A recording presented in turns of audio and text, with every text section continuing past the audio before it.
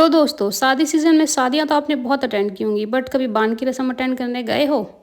मेरे ससुराल साइड में होती है ये रस्म, मेरे मायके में नहीं होती थी, मेरे ससुराल साइड होती है। और मैंने यहाँ पर फर्स्ट टाइम ही देखी। तो ये जो नाच रही है सर पे चुन्नी लेके, ये है मेरी बड़ी ननद, और इनके घर पर ही था आज बान। इनके चाचा ससुर हैं, उनकी बेटी की शादी थी, मतलब दीदी की ननद की शादी थी।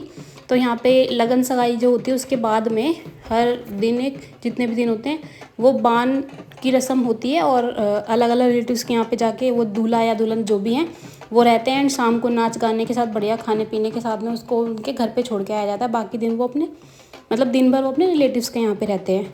तो ये होती है बान की रस्म, जो मेरे को समझ में आई थी क्योंकि मैंने पहली बार देखी थी, मेरे को नहीं पता थी, बट बड़ी मस्त होती है भाई, अच्छी होती है।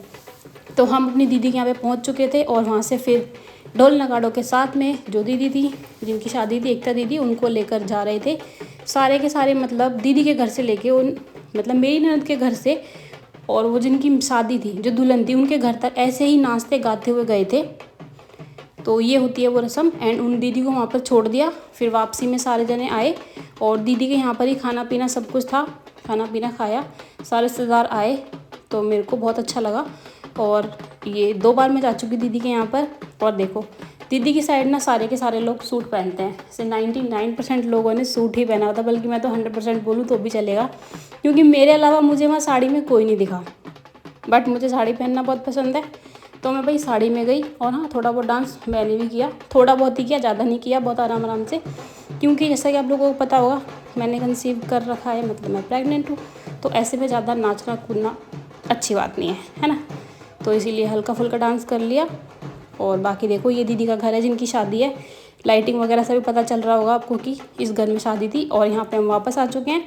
ये मेरी दीदी नाच रही और ये जीजू, अब दीदी जीजू साथ में नाचेंगे।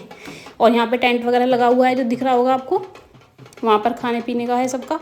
तो सब ने नाच गा के जब थक लिए बहुत सारे, तो मस्त पेट भरा और फिर उसके बाद बातें शातें की तो घर गए। मैंने पूरा डांस देखा, मैं ऐसे नहीं गई थी, मतलब डांस चल रहा था, मज़ा आ रहा था बहुत। और भाई मेरे को डांस देखना बहुत पसंद है, करना उतना नहीं आता बट देखना मुझे बहुत पसंद है। तो कहीं डांस हो रहा होता है अपने रिलेटिव्स में तो मैं ज़रूर इंजॉय करती हूँ उसे। तो ये मेरी छोटी दीदी सुरभि दीदी, बड़ी दीदी प्रियंका दीदी। आई होप सो आप लोग दोनों को ही जान चुके होंगे अब तक कि ये दोनों मेरी नंदे हैं, बड़ी नंद छोटी नंद, दोनों के दोनों नाच रहे हैं। और प्रियंका दीदी मुझे बोल रही थी आजा तू भी नाच ले, मैं नहीं दीदी हम वीडियो बनाने में ठीक है। और घर गए तो देखो पक्ष वो अपना बिंदास, इसे दुनिया से कोई मतलब नहीं है, ये अपने अलग मज़े में था। तो यहीं की वीडियो को यहीं पर एंड करते हैं और मिलते हैं किसी नेक्स्ट व्लॉग में। तब तक के लिए bye bye, take care all of you. और हमारा पक्षी कैसा लगता है कमेंट करके बहुत बताना, क्योंकि मुझे तो बहुत प्यारा लगता है, नजर न लग जाए हमारे बच्चे को। ठीक है, सो बाय बाय।